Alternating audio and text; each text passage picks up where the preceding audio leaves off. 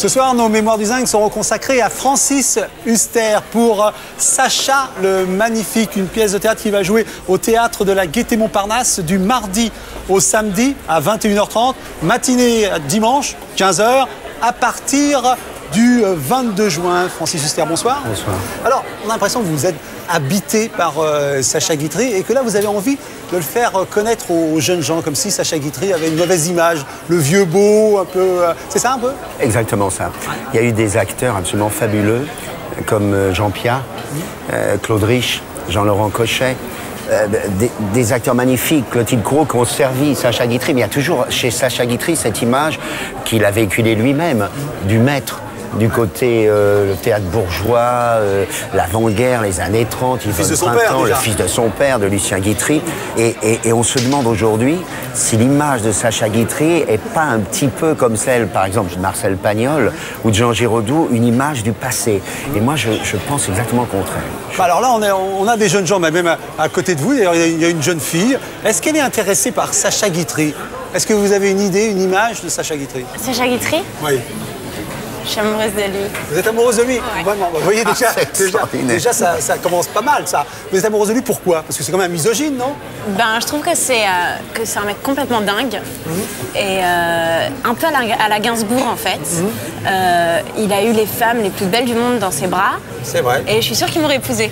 Ah, mais dites-moi, vous devriez être dans le spectacle de Francis Huster. Vous m'avez l'air d'être intéressé par Sacha Guitry. Ben, s'il veut me prendre, hein, moi je fais rien cet été. Francis Huster? Moi, je la prends, alors. Oui? Je la prends, elle est Qui est trop cette belle. jeune fille? Votre nom? Lisa Masquer. Lisa Masquer. Alors, je pourrais très bien effacer Mais Francis oui, Huster. effacez-le. Voilà. Place à la nouvelle génération. Alors, donc j'efface Francis Huster de ce spectacle. Et donc, Lisa, je vais vous mettre en tête d'affiche, carrément. Voilà. Carrément. Ah oui. Oh, bah, c'est cool. Alors, Lisa, voilà comment devient star. C'est pas C'est ma mal, mère qui hein? va être contente. Bon, en fait, elle est dans le spectacle et ce que l'on vient de dire, c'est tout le spectacle, à savoir Francis Huster essayant d'expliquer un peu ce qu'il en était et de la modernité de Sacha Guitry. Sacha Guitry est né en 1885, en Russie. Et puis il avait un père extraordinaire qui adorait les jeunes filles, justement, qui a eu énormément de maîtresses.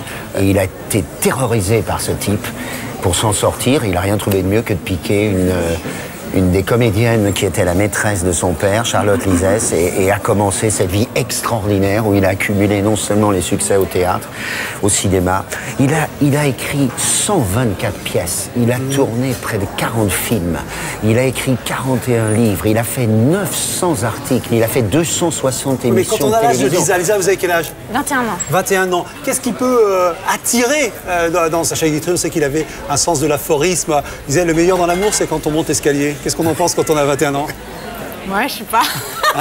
Je sais pas trop. À l'époque de l'ascenseur, peut-être les choses vont plus vite. C'est ça. Exactement. Alors comment vous avez conçu ce spectacle? Sur scène, il y a le comédien Yves Lemoine qui interprète Ambroise Ménard, qui est le véritable serviteur de Sacha Guitry. On commence à parler de sa vie et puis tout d'un coup, il y a l'intervention de cette jeune fille. Et on est aussi accompagné, parce que c'est très important pour Sacha Guitry, d'un pianiste, Elio Di Tana, qui nous donne tout un aperçu de ce que la musique pouvait apporter à cette époque-là à Sacha Guitry. Alors on essaye d'être insolent et c'est ça justement que je trouve formidable, c'est que des jeunes puissent s'intéresser à Guitry et qu'ils puissent rendre ce que Guitry avait de plus insolent, quoi. Alors s'ils sont insolents, Lisa pourrait l'être et pourrait vous dire, mais Guitry c'était pas un peu un collabo? Ah non, alors attends, j'étais trop vite. Ils sont insolents, mais c'est exactement ce que la raison, le sens même de ce spectacle, c'est de montrer que Guitry était exactement le contraire. J'ai eu la chance dans ma vie de rencontrer, de connaître très bien évidemment Jean-Claude Brialy, Arletty, Jean Marais, Pierre Dux, Jean-Louis Barrault, des gens qui m'ont dit la vérité sur Guitry et j'espère la faire éclater. Parce et que vous êtes une famille qui a subi. Mon grand-père à Auschwitz, évidemment, est mort. Tous les Juifs ont été martyrisés dans ma famille. Votre mère dans la Résistance, votre père dans le Front Populaire. Voilà. Donc vous êtes vraiment quelqu'un qui aurait pu être heurté par ça. Eh bien justement, j'ai beaucoup de choses à dire sur Guitry et j'espère qu'à la Gaîté-Montparnasse, on parlera à la fois de la gaieté de Guitry, mais aussi de ce drame qu'il a vécu et qu'il en sortira, comme Marcel Aimé en est sorti avec la traversée de Paris, plus grand, plus juste.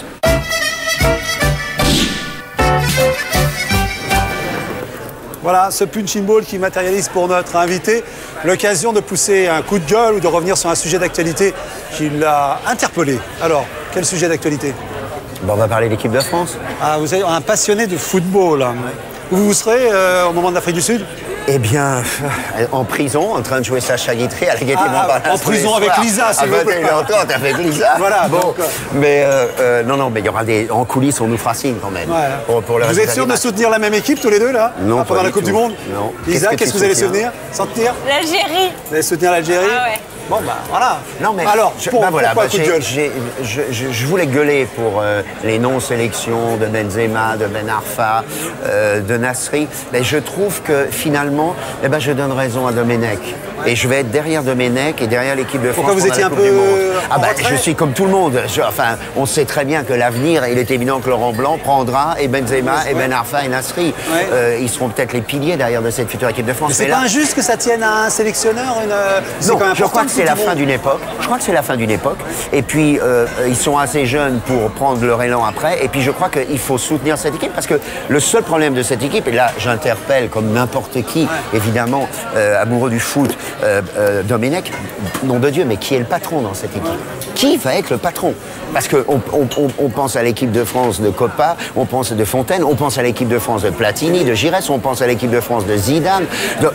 Qui est le patron de cette équipe? Est-ce que c'est Gourcuff? Est-ce que c'est Anelka? Est-ce que c'est Thierry Henry? Qui est le patron? Alors j'espère qu'on trouvera un patron parce que cette Coupe du Monde... Elle vous déçoit cette équipe de France là? Et cette qualification, là maintenant, Henri, tout ça? Non, scandale est honteux. Ah non, honteux. On aurait dû rejouer un match, c'est évident. Il fallait avoir les couilles de dire allez hop, on rejoue. Et puis basta, on est qualifié. Tout le monde aurait dit merde, les Français ils sont extraordinaires. Vous n'avez pas trouvé quelle super loyauté. Les Irlandais? Les Irlandais extraordinaires, ils ont joué leur peau comme toujours. Et puis ils n'ont pas eu de bol, comme souvent l'équipe d'Irlande n'a pas de bol. Mais je dois dire que en tant que Français, voilà, on va aller petit, hein, ça va être très dur.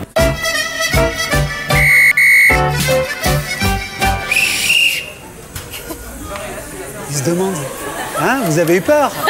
Ça, ce sont les nouveaux. Tout le monde connaît sinon ce qu'il en est de la police des arts. C'est-à-dire ce coup de sifflet qui nous donne l'occasion de déterrer une mauvaise critique concernant notre invité.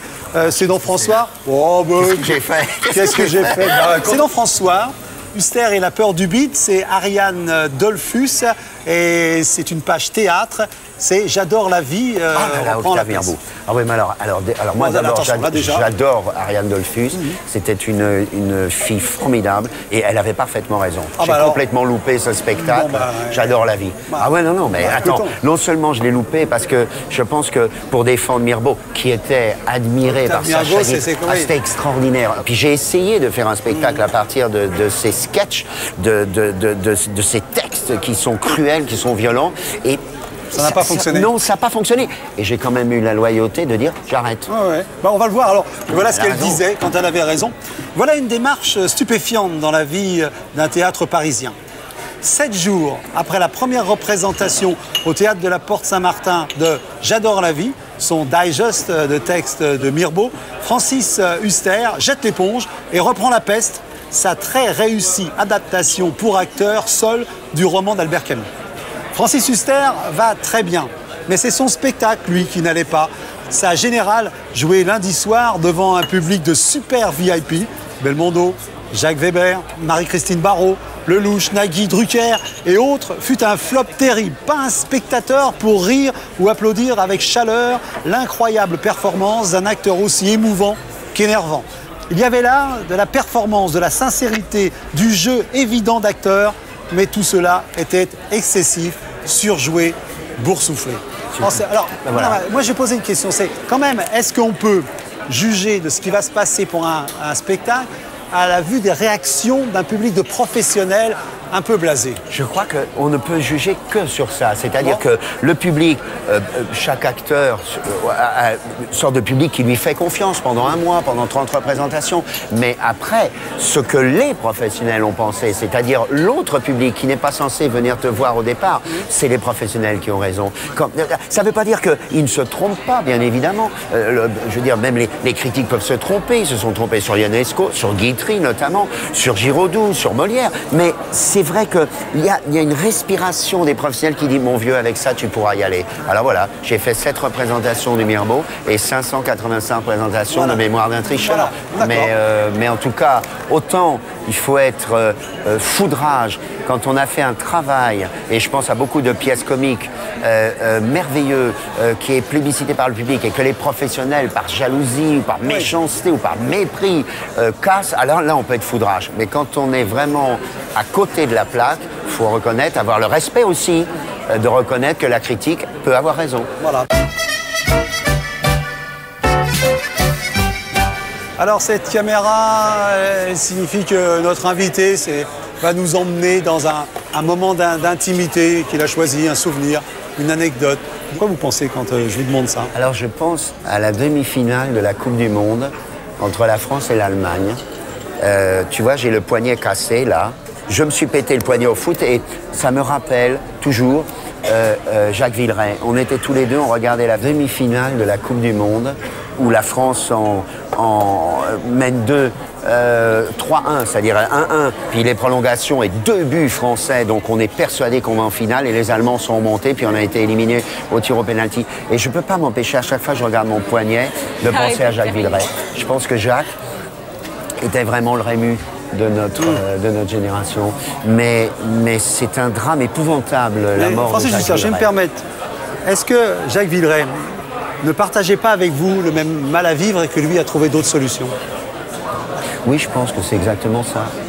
Mais des fois, vous dites ça de vous. Vous dites que vous avez un mal à vivre, que vous n'aimez pas, que vous demandez comment faire pour vivre. Oui, mais justement, je pense que c'est un grand tournant pour moi, cette rencontre-là avec Sacha Guitry, parce qu'il y a chez Guitry un espoir, comme chez Camus, un combat. Oui, mais dans ce livre, Francis Huster, Lettre aux femmes et à l'amour, le cherche midi. On a l'impression aussi qu'il y a une douleur du côté des femmes. Ouais, mais qui n'a pas de douleur du côté des femmes? Ma vie a changé. C'est comme... Elle a changé quand, votre vie? Elle a changé dès l'instant où je suis maintenant complètement recentré sur ce théâtre que j'espère diriger très vite avec cette troupe et revivre la grande aventure de Jouvet de Barrault.